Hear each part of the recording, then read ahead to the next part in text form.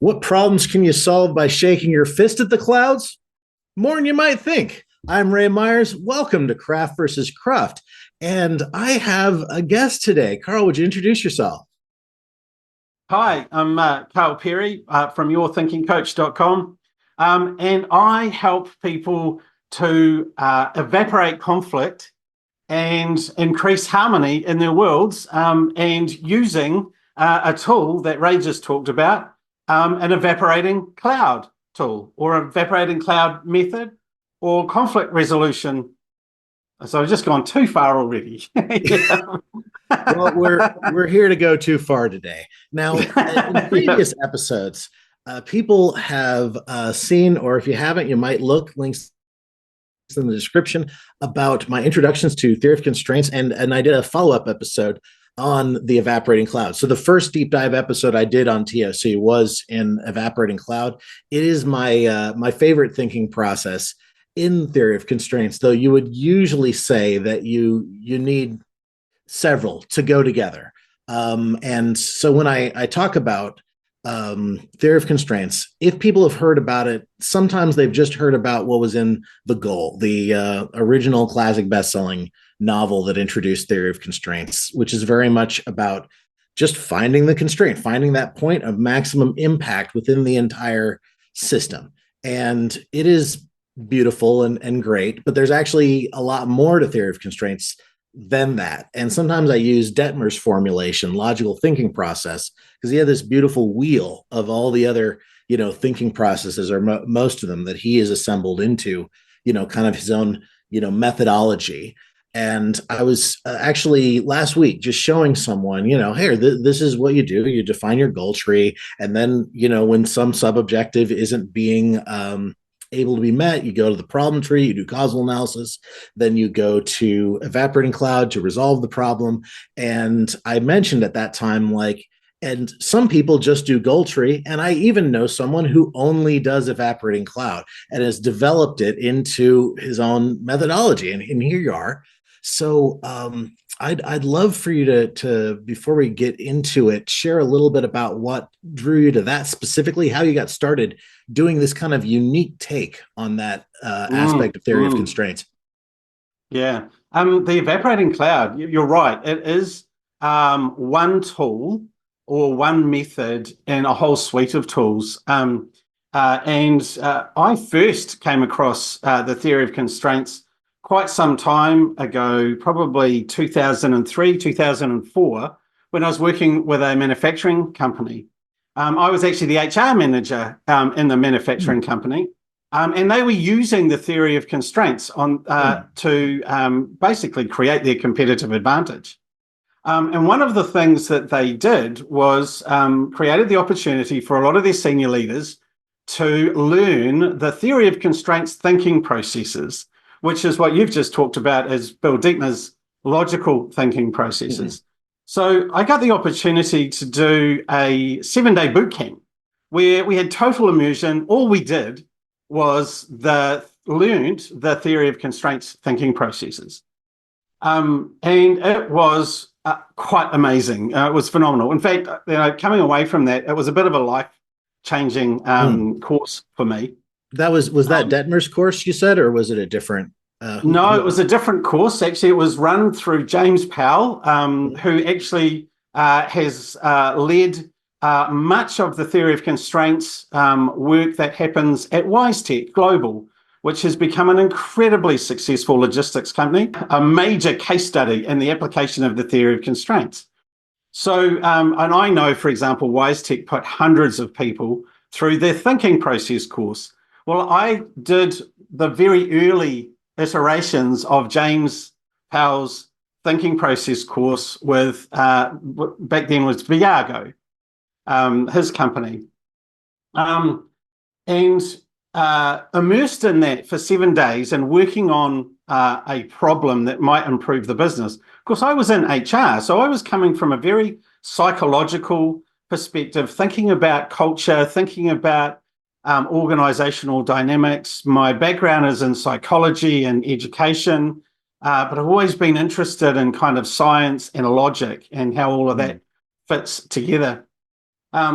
And so about halfway through the course, I was kind of sitting there, I was looking at it and I was going, wow, this is an amazing thing. We had done an evaporating cloud, we'd done 3 evaporating clouds, and we'd come up with a core conflict, and we were crafting a current reality tree and looking at all the undesirable effects and how they fit together, and pulling it all together. And I was sitting there and I went, what if I was to think about human beings as a system of rules, policies, beliefs, and behaviors? Because if I believed that and if I adopted that, then I should be able to apply this thinking process to that system. Hmm. And if I can apply the thinking process to that system, then I can find a core limitation in the rules, policies, beliefs, assumptions, etc. And if I can find that, that means I can find the leverage point Yeah, it's to all make a about finding the significant leverage shift. point. It's always about finding the leverage point. And of course, the evaporating cloud, there was another set of tools, the 3 cloud method, which was developed later. In fact, Goldratt introduced that in a Jonah upgrade workshop in '97, I think, for the first time. And he showed us the 3 cloud method. It's different to the way that Bill Dietmar uses his and his logical thinking process. And he does talk about the 3 cloud method a little. But that 3 cloud method really helps to kind of drill down to find that leverage point, and especially in a psychological system or the human system. So, cut a long story short, I had this epiphany. I went, I'm going to go away from this course. I'm going to learn how to do this. I'm going to get really, really proficient at it. The first thing I did after that course is I went and sat down and went, well, I'm going to apply this to my own system. So I sat down and wrote all of the undesirable effects in my life at that time. Which is a therapeutic exercise already. All by itself. Yeah. Yeah. And looking at it, I was going, oh, my life is shit. Yeah. But I knew, right? I knew that, look, I looked at all of the undesirable effects. I went, okay, right, if I can find the leverage point in this system, then I'm going to be better off. Like I can take action, do something. But this is theory of constraints, right? They think that it only works in manufacturing. You're not making Toyotas. You're you're managing the disheveled nature of your own life. Like, so it might seem very strange that it could work in such a different situation than maybe what they see in the goal where they're making parts. Well, and that's true. And it's funny you say that, because that's traditionally the theory of constraints thinking. The community, the TOC community generally only sits in that realm. But I kind of went, as I said, I had this epiphany. I think I can apply this.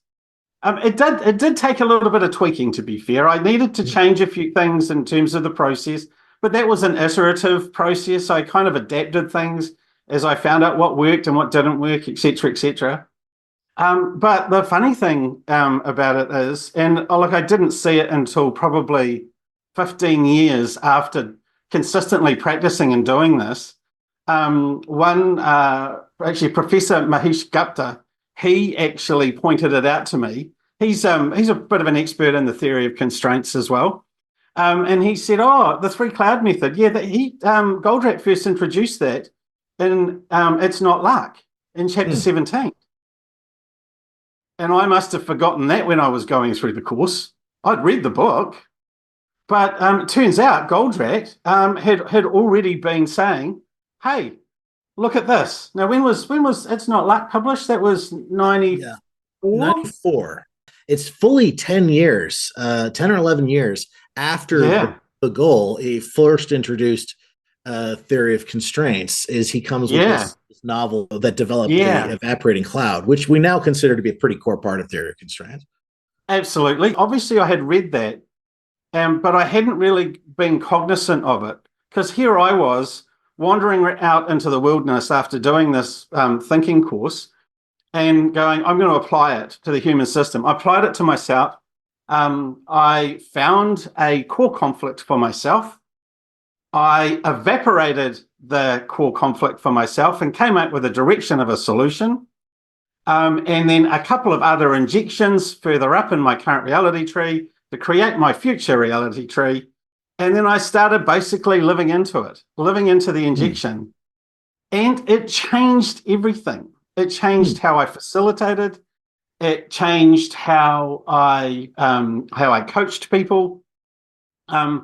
Because I realized that actually it wasn't just about my learning and sharing my wisdom. It was also about accessing your learning and your wisdom. And the two together are a collaboration. So it's kind of like, instead of you and me against each other because of our own systems, it becomes you and me against the system. Now imagine the system is our norms, our psychological norms, our behaviors, our thinking styles. We're starting to talk about culture now. And so the more I started to practice it, I had a friend who had been through the same course, and he said, oh, Karl, I'm having some personal issues. Can you help me? I said, sure, let's have a go. Let's use the 3 cloud method and build your current reality tree. We did, and it helped him to get through a very, very difficult time in his life. I then had the opportunity to go and work with teams of people, and I started to realize that this was actually a developmental tool. Right. So it wasn't, and it's about a dialogue. It's about a conversation between people. Instead of you and me against each other because of the system, it becomes you and me against the system. And the theory of constraints is golden for that. Now, from a psychological perspective, that's a really unifying kind of approach. It brings together people collectively, and it creates an environment for collaboration. So I spent probably 5 years facilitating groups of people through the thinking processes with the view of using it to kind of bring this harmony between people. I only picked up that word harmony much later on when Goldratt started to use it. Isn't it obvious? Or perhaps the choice, he started talking more and more about harmony being the most important thing in an organization.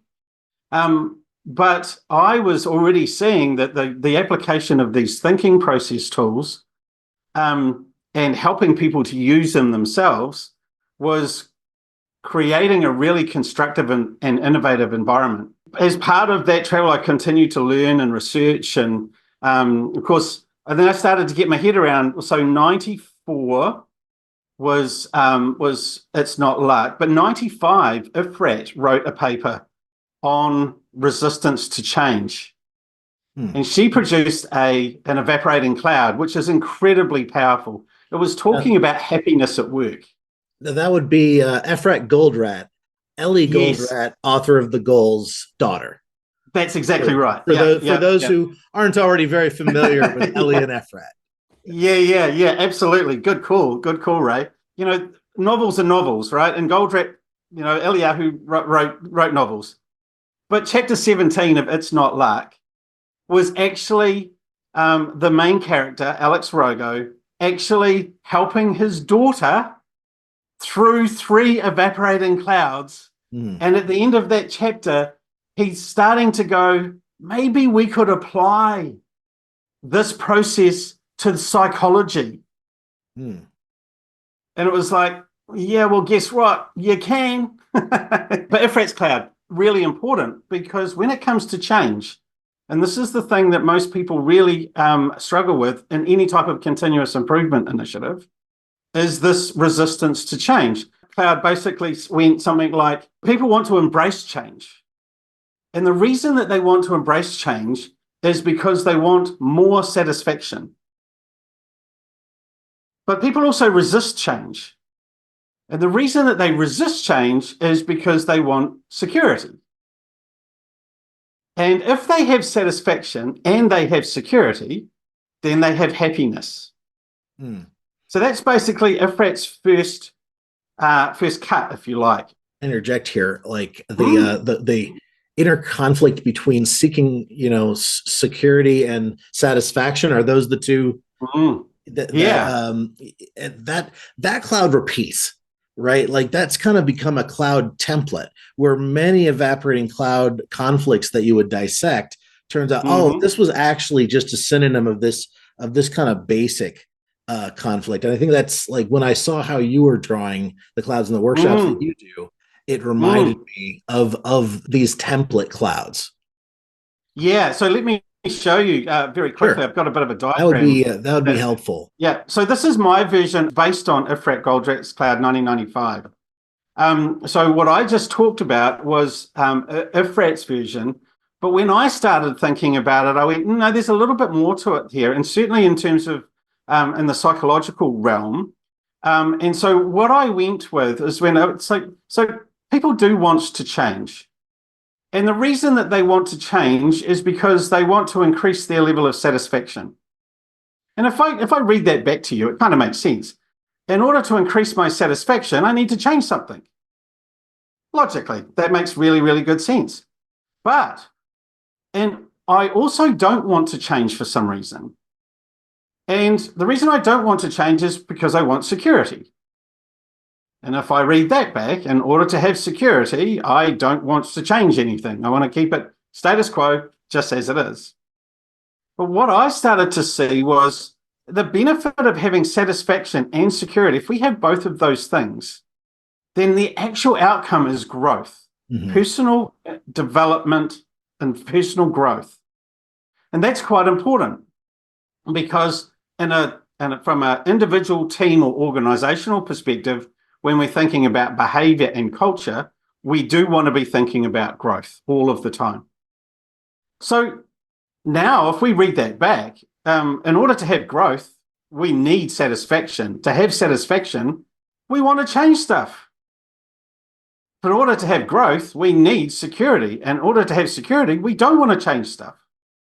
Now, this is where I differ slightly from Ifrat's cloud, and that is when we feel pressure to change and we feel pressure not to change, that's when we resist change. Ifrat would have resist change here and embrace change here. So slight nuance, but for my purposes, it was necessary when I started to work into the psychological realm. Of course, if we resist change, there's a whole bunch of different ways that we do that. There's a whole bunch of different behaviors that occur when we resist change. And I'm going to talk a little bit more about behaviors later on. But they are things like being oppositional, like avoiding stuff and procrastinating, like competing with others, like playing the power card, like being dependent or being really conventional, following rules, or seeking approval, even perfectionism. Perfectionism can be seen as a type of resistance to change. So we've got all of these behaviors, normal human behaviors that are showing up.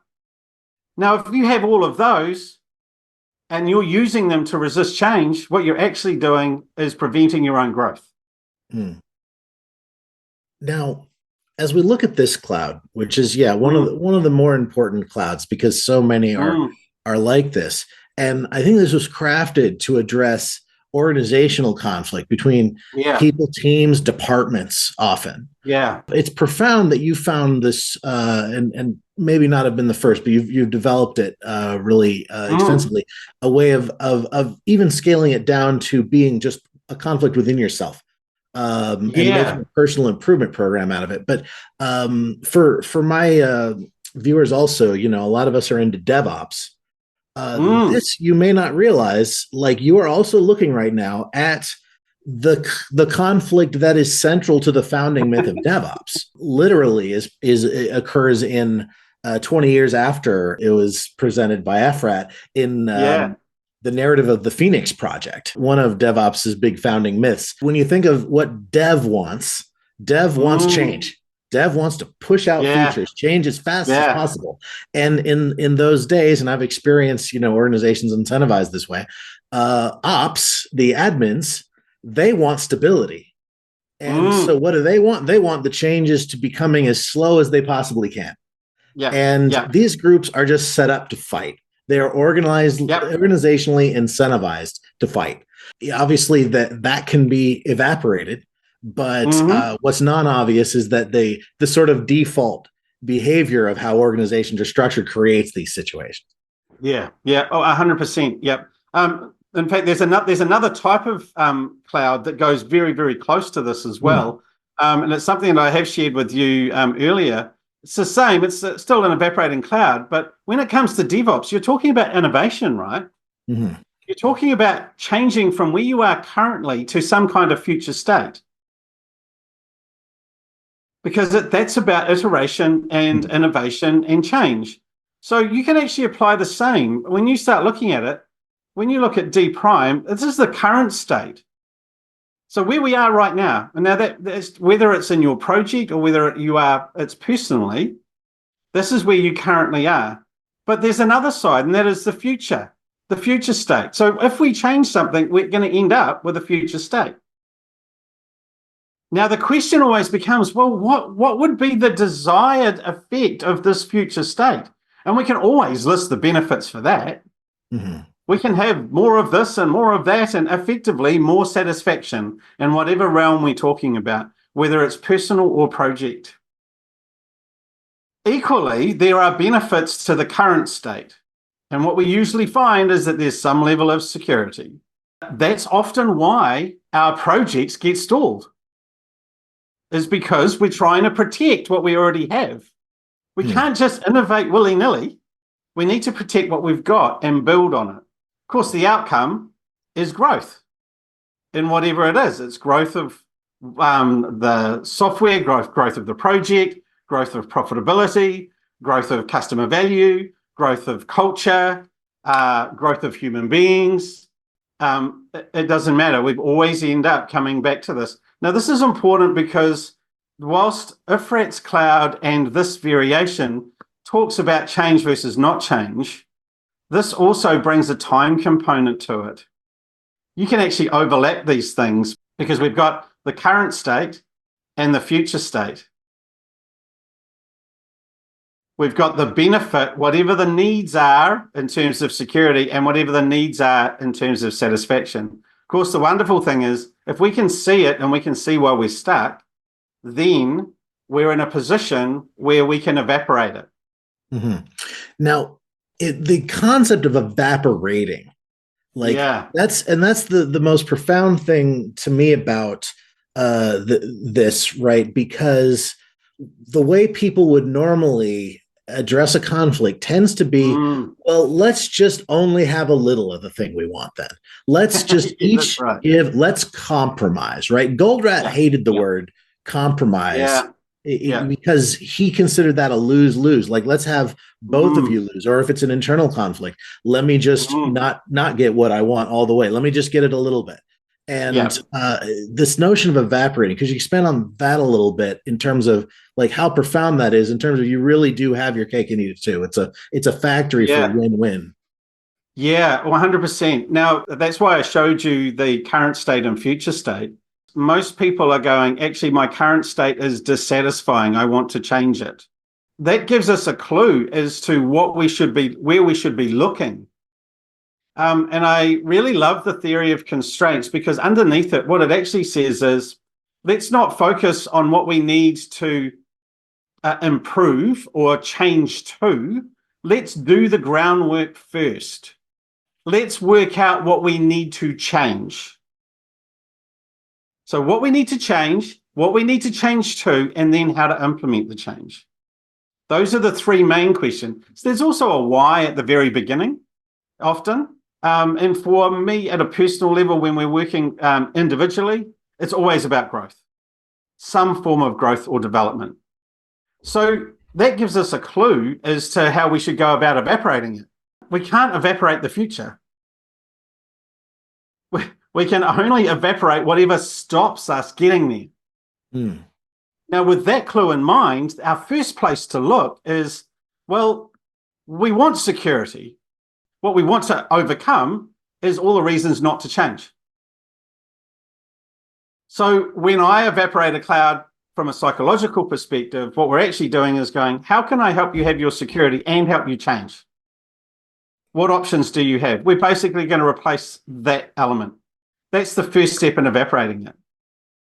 And you can come up with a whole bunch of options to stay safe and change, and that lead to satisfaction. That's the key to it. But there is a deeper level. I want to put a bit of a comment in here as well. Robert Keegan and Lisa Lasko-Leahy have done some amazing work in this space on immunity to change. They have a thing called an immunity to change table. Now, if you look closely at that table, you will see all of the elements of an evaporating cloud. So applying this kind of thinking in psychology is not new, and it's been really well researched. So what Robert Keegan would say is, if you want to change, you need to discover what the immunity to change is. And you know what? The immunity to change is usually something to do with trying to protect yourself or maintain your security. So he gave me the clues that this is where we need to focus if we're going to evaporate this cloud. But there's also some really great work done by Brené Brown, social psychologist. Brené Brown's done some pretty amazing work in the social context and in leadership as well. And one of the things that she talks about is that the key to successful leadership and leading adaptive organizations is not to try and armor up and be secure. It is to be vulnerable. Now, if we want to take that and look at it from a theory of constraints perspective, what she's actually saying is, in order to grow, we need security. That is not true. She's challenging this assumption. She's actually saying, in order to grow, we need vulnerability. I don't know. Security sounds pretty good, though. It does, doesn't it? It'll also slow you down. Because it becomes a real driver for you not leaving where you currently are. Just to stay where you are. It does sound good, doesn't it? One of the reasons it sounds good, and actually Dr. Kelvin Youngman has done some amazing research and written some great LinkedIn articles on this as well, worth exploring. He talks about prospect theory. There are twice as many reasons to stay where you are with what you have, even if it's discomfort, even if it brings about discomfort, than there are to move towards satisfaction. Once you have something, you don't want to let it go. So and if we look at this cloud here, there are two things at the bottom: not change, that gives me my security. And the next thing is, but I want my security as well. Actually, what we need to do is we need to find ways that you can safely change to deliver more satisfaction. And then you need to craft a way of being vulnerable so that you get growth. Okay, well, so I like safety. I'm on board with getting changed safely. Yeah. Just in this conversation, what you're actually demonstrating is we can do a surface level. And yeah, we can come up with some options and some tactics for you to feel safe. But if you want real change, you need to be vulnerable. Now, what that vulnerability usually means, and especially in the world of TOC, it means there are some sacred cows. There are some sacred assumptions that you have to let go of, because it's those sacred assumptions that keep you safe. The analysis of assumptions is really something Goldratt drived on. And that's why I've seen how fruitful that is, how often the assumptions are really load bearing. And really in this notation, every arrow, probably every node and every arrow in any of the theory of constraints thinking process is really just a matter of making one of your assumptions explicit. You are saying that you believe change, leads to satisfaction and so on. Every one of these is an assumption. And they're really, if any of those assumptions is not right, then there wasn't a conflict to begin with. You didn't need to compromise. Is that how I tend to explain it? You've got like a lot of some unique ways to go about it, as well as your integration of the circumplex model. Yes. So I'll come to that, and I'll come to that in a moment. So that really good lead. I'll pick up on that. The annotation of the evaporating cloud is important because it helps us to be clear. Annotation is usually A, B, D, A, C, D prime. Now, this is quite important when you're using it in a psychological realm, because I always put D prime current state at the bottom, and also the benefit of D prime at the bottom. C and D prime are the two things that we're always looking to. But as you quite rightly pointed out, it's actually the assumption between the two that's important. The assumption is, in order to get security, I must not change. Well, actually, that's flawed. You can have security and you can change, and here are a number of options that you can use. Next, in order to have growth, you need to have security. Well, that's well established as being flawed as an assumption. In order to have growth, you need to have vulnerability. Now, how can you now be vulnerable and use those options? We combine those together. The circumplex was an interesting find, because now knowing that there is security, and you can see that down and here. It was the very next slide. Excellent timing. Yeah. Now, the circumplex, it's a visual model for developing constructive styles. Now, it's in individuals, managers, leaders, teams, and organizations. You can use it at all levels of psychology in an organization. When I'm using it one-on-one, personally with people, we're using a particular tool. It's called the lifestyle inventory, but the circumplex itself is the same. Now, that's really valuable because it means that you can do analysis across all levels of the organization on the same model. It's one of the few psychological models that enables that. So you can actually see the patterns across all levels of the organization. And there are some relationships between leaders who display certain types of behaviors and organizational culture. I wasn't aware of that. Seems like it would intuitively be true, but I didn't know that they had modeled it. But you can literally actually see the connection between all. So when we're working on an individual level, we're basically going, right, so how do you think you think? So that's a self-assessment. That's the question we ask.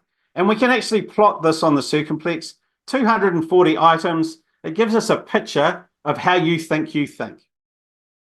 Now, if we want then to go a little bit further and turn it into a 360, we can actually go and ask a whole bunch of people, how do you see me behave? That's a really powerful 360.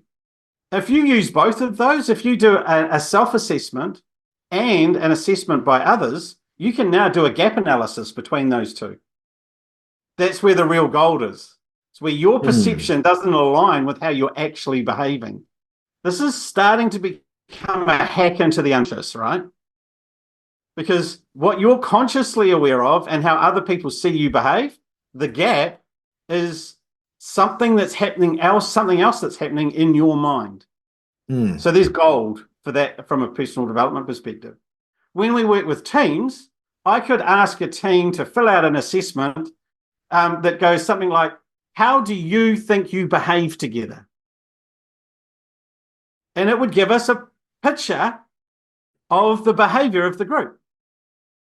When it comes to an organization's culture, we can ask the entire organization, how do you think you're expected to behave around here? And we get a picture on the circumplex of what that looks like. So the circumplex is a really, really powerful model that works across all levels of the system, all levels of the human system, whether it be individual right up to organizations as a whole. You can even go further and you can ask customers, so how do you see this organization behaving towards you? And that will give you another picture. So the circumplex very, very powerful, very robust, been around for a long time, well researched. But the thing that got me, remember Ifrat's cloud, security, satisfaction, not change, change. Well, if you look at the bottom here, these are security needs. So first of all, Circumplex, 12 different behavior styles. There are 20 items underneath each of these. We can cut this in half.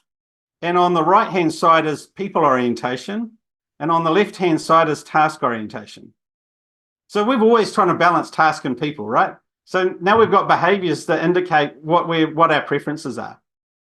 But we've also got security versus satisfaction. And this is when I looked and I went, there it is.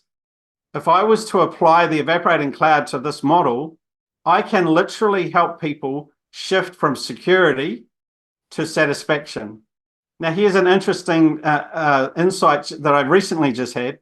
The red ones and the green ones, these are all security-based. They're all I-focused. They're all focused on self, which is localized from a TOC perspective. So if you see these behaviors showing up, it's a localized behavior. The blue ones, achievement, self-actualizing, humanistic, encouraging, and affiliative, these are all we-focused. These are all global focused. So the more we can move away from security towards satisfaction, the more global our decisions are, the more global our behaviors are, the more likely it is that we're going to achieve more innovation. So if I take the evaporating cloud and layer it over the top of the Circumplex model, we've got security and satisfaction sitting right there in the middle of the evaporating cloud. Which means now we've got, using the Circumplex, we've got data, real data, robust data we can use to then apply the evaporating cloud method to, and to accelerate change in an individual, a team, or the culture of an organization. In a way, it didn't occur to me before, but in the same way that in logical thinking process flow, for example, you would go from goal tree to problem tree, aka current reality tree for listeners. They're the same thing. And then identify, okay, this is the conflict we should bother to apply evaporating cloud to. This is where the point of impact is. You're instead drawing upon this sort of advanced like modeling of the organizational dynamics and the personality test that feeds into it instead. There's another interesting dynamic. Again, this is out of It's Not Luck, right? So as Goldratt talks about 3 necessary conditions. We need to make money now and in the future. We need to satisfy customers now and in the future. We need to have satisfied employees now and in the future. We need all 3 of those. Well, TOC has done really well in the customer value and operations space. And TOC has done really well in the finance and throughput accounting space. TOC has not done very well in the culture space. Until now. Until now. That's exactly right. This is a method where we can literally measure the culture of an organization or the culture of a person. I mean, I'll give you so our objective is always to move from security to satisfaction, from not change to change. But here's an example. This is what we're actually trying to do. This is a picture of a person, 360-degree feedback, quite strong in the competitive, quite high in the security-based behaviors, not too high in the constructive styles. But what we actually did over time using this tool, it becomes a benchmark. That's where we start. Now we use the evaporating cloud method, and actually we use the 3 cloud method, but we use evaporating clouds to find action plans to go from where you are to where you want to be, which is to increase satisfaction. Then we test again, and then we test again. You can see what's happening. We're literally raising the center of gravity. Now, if your culture looks like that, Human Synergistics has some pretty amazing research that demonstrates that a picture like this in terms of highly constructive behavior is correlated to EBITDA, increasing EBITDA. Now, if you think about that, it kind of makes sense, because here are the three dynamics that we're always working with. The first is, when people try and get security, it puts them into a state of conflict with others. I want this, and I want this, and never the twain shall meet. That's a conflict. And you're burning your organizational resources at people being in conflict with each other based on the objectives you've given them. That's exactly right. And so when you have conflict, you end up with silos. The just a terminology note here again. The EBITDA is for everyone, earnings before interest, taxes, depreciation, and amortization. But it is simply just one of the big top level financial metrics that companies are. That's exactly right. Yeah, and in fact, if I was to talk with my my good colleague Graham Scott, who specializes in POC and accounting, throughput accounting, and what is it, collaborative budgeting, he calls it. He would say there are actually only three measures that we'd be looking at. We need to be looking at margin, we need to look at operational expense, and we need to look at investment. Those are the three key metrics. There are many, many other metrics that we could create from those, but those are the three main ones. So what happens, interestingly enough, and Boeing is a classic example. I could probably go on for a long time with this. This might be another conversation. For the sequel. Especially because I'm big into safety analysis now as well. So Boeing is a classic example, right? They actually initially, the part of their success was the culture that they created was innovative and safety orientated. And there wasn't a great deal of silos. There was lots of collaboration going on between engineers. And as a result, they were able to deliver quality at speed and increase their margin. And when they increased their margin, they could increase their investment. And when they increased their investment in people, the satisfaction went up. And that was the cycle that built Boeing until they were taken over. The internal takeover, more to the point. And what changed? Well, actually, the leadership changed and started to say, well, we're going to forget about margin and investment. We're interested in operational expense. And why are we interested in that? Because that's the fastest way to return shareholder value, not stakeholder value, shareholder value. But what did that do? Well, that created massive conflict. And you just look at the unions and the employees, they were talking about the conflict that was going on, still happening now. And what does conflict cause? More silos, separations of people, and waste. And we'll put a link in the description, by the way, for the debate between stakeholder theory and shareholder theory in terms of the value systems companies can operate from, because that is a really interesting point. You've brought up a brilliant example of what happens when that difference goes wrong. So all kinds of gems for the footnotes today. Indeed. So when we start thinking about operational expense in organizations, let's bring it right back down into our individual mode of operating. Scarcity mindset versus abundance mindset. If you operate from scarcity, you will literally create conflict inside yourself. You'll create conflict with others. They're literally silos, internal silos. And when you have those, then the quality and speed in terms of how you operate will reduce.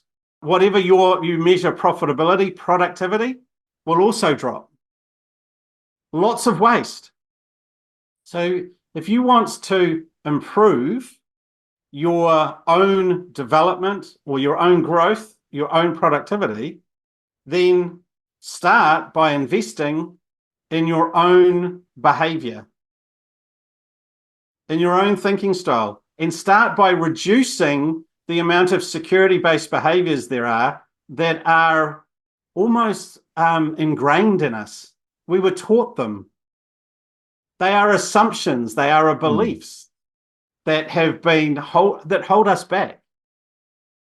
And if you can find them and pinpoint them like we do with a combination of the human synergistic circumplex and the evaporating cloud method, then you will find the leverage point, your personal leverage point. And every single one of us is different, by the way. We all have different past, different experience, different assumptions, different beliefs. You'll find your personal one, and then that is how you will release yourself. You'll develop an action plan, release yourself from those security-based behaviors, and move far more into abundance. Literally, what this model shows is somebody over time literally transforming themselves. By the way, these are my own personal results over several years. So I've been applying the methodology to myself. It was obvious I should test it first. Now I work with people all the time, and I'm getting consistent results like this for them. That leads to me creating what we call the Conflict Club.